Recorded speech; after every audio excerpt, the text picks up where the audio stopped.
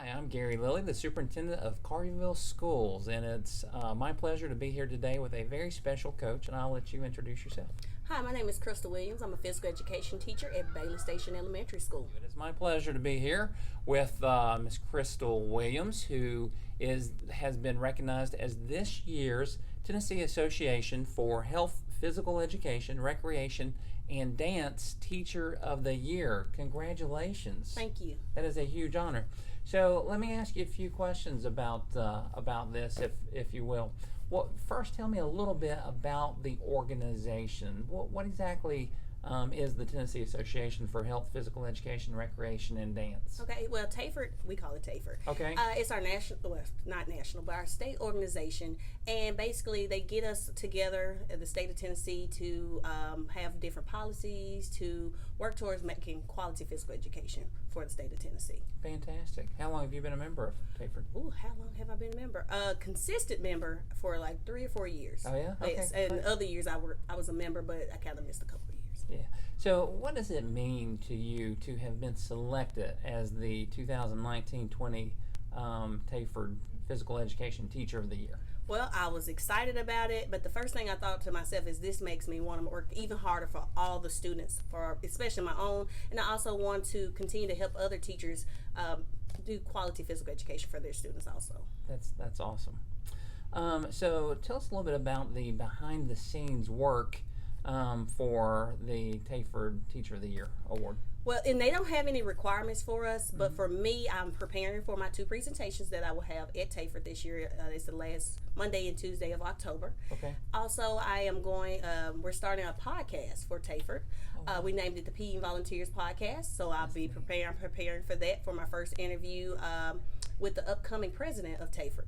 And I'm doing a lot more things on a national level for physical education also. Oh, wow, that's exciting. So where are the meetings? Where will you have to go for these? It's in Murfreesboro this year. Okay. Well, it's been there since I've been a PE teacher. Yeah. We're going to be there. We're going to set up in the hallway for our podcast, and I'll present 2 sessions, one on using assessments in PE, quick and easy assessments, and also my other one is social and emotional learning in PE, and really you can use it anywhere. So that's great. So what advice would you give someone who might be interested in joining the education profession, particularly physical education? Well, my first thoughts, and I think this is across the board, I really believe you should always try your best. My mom always taught that. She said you can't do anything more than that. And it really hit me when I had a student. Every time he leaves class, he says, Coach Williams, always try your best. I say, that's correct. Also, I would tell them, don't compare yourself to other people. When you get to comparing yourself, you want to start to compete, and then it stresses you out. Never do that. Just do your best, and that's all you can do. That's great. So I've got to ask, did you always want to be a PE teacher, or how did you come about to enter the profession? Well, actually, I decided to be a PE teacher in high school. My basketball coach, Nikki Bray, she came up to me. She said, "You should be a PE teacher." I was like, really? So, well, let me look this up and see what the requirements are first. So I looked up the requirements. I said, you know what? I think I am. And from that point on, I was going to be a PE teacher. That's awesome. So you were influenced by a teacher. Now you are influencing other people. Yes. That's great. So tell me a little bit, why do you think that the PE program here at Bayleys Station is different from other PE programs? I wouldn't say we're just different, but the things that I want to emphasize that I really love that we do, one thing is my coworker and I, we're not concerned about feeling like, oh, I messed up. It's okay if you mess up. Then I let him know that, and he lets me know that I mess up every day, actually. So I mess up all the time, and that's okay. We let the kids know that. We also are not scared to try new things. So I come in and I see a new, I'm like, Coach, let's try this out. He's not like, no, I don't want to try this. He says, oh yeah, that's cool. Let's try that out. And he comes up to me and say, let's try something out. I'm listening and make sure I listen to him, and I say, okay, let's try that out. I'm always willing to try new things. That's great. You got to try to really find out what works and what doesn't work. Yeah, and we work out the kinks along the way and come up with more ideas to make a idea better than it was. Awesome. So how important is district and school administration support to accomplish the things that you've been able to accomplish? It is very important. One thing I did, and I was telling Reggie about this, I said I did a shout out on Facebook. Every administrator I had from the first year I started teaching. So, because I'm Facebook friends with all of them. And so I shout out everybody, and I want to let them know how much of an impact that they made on me. They always have motivated me and encouraged me to do better. And that's very important. I had one administrator, she always challenged me to do more. She was like, Coach, that was a great lesson when she evaluated me. That's a great lesson, but you could do this, this, and this, which I love, because then that made me say, okay, let me go in here and try this. Yeah, so that's great. So it's very important. So if you had the power to change one policy that is impacting physical education, what would that be? Well, I think if you ask any physical education teacher, they would definitely tell you we would like more days of PE per week, because you will want to see the kids more often so they can remember what to do, so it can stick in their brain. Especially when I taught previously, I used to have to do a portfolio.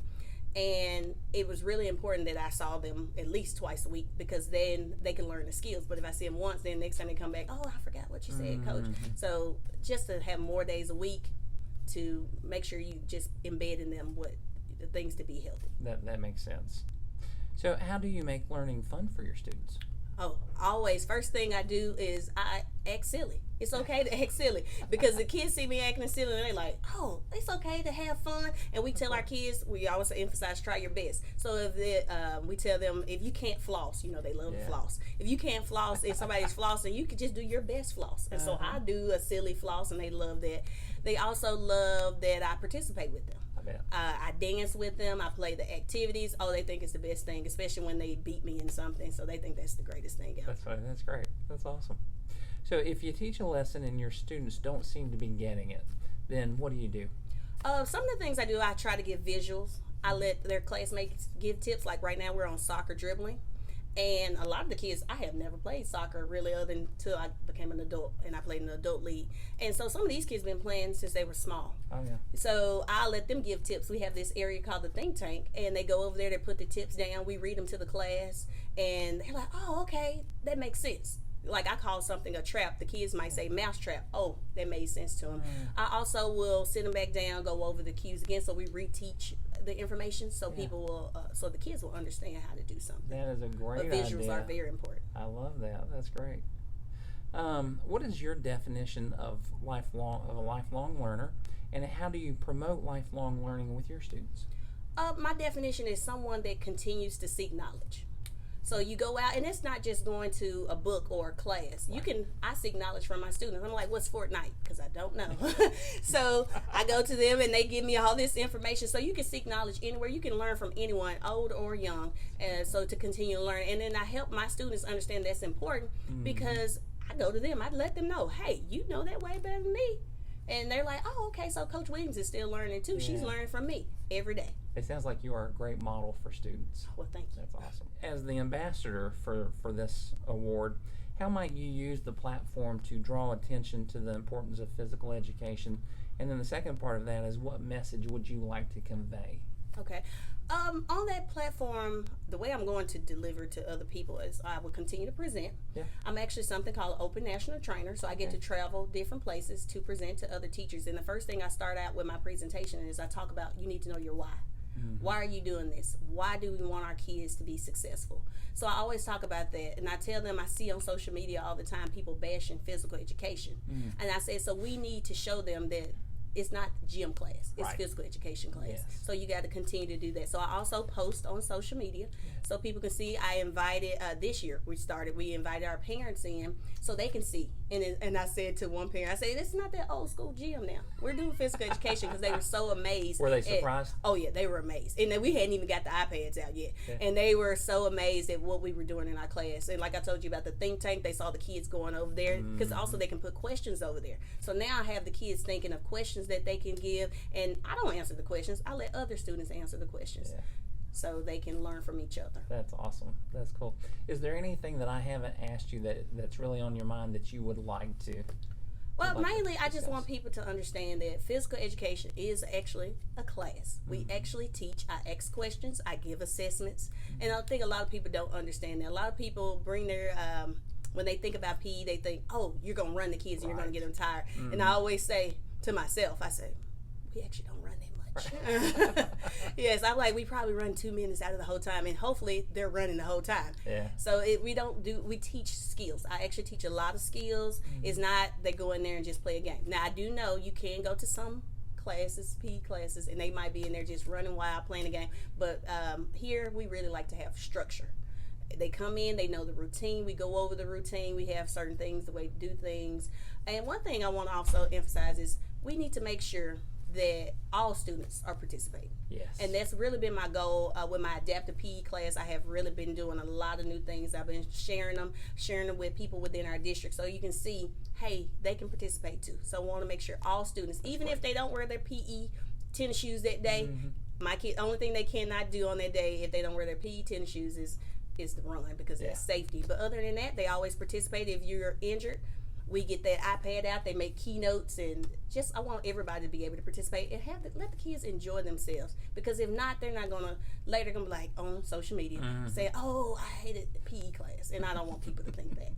That's great. Well, Ms. Williams, I have thoroughly enjoyed talking with you this morning, and it's obvious that you are an exceptional PE teacher. So thank you for all that you do for our students and for the district, and you're going to be a great ambassador for this award. So thank you. Thank you. Congratulations again. Thank you.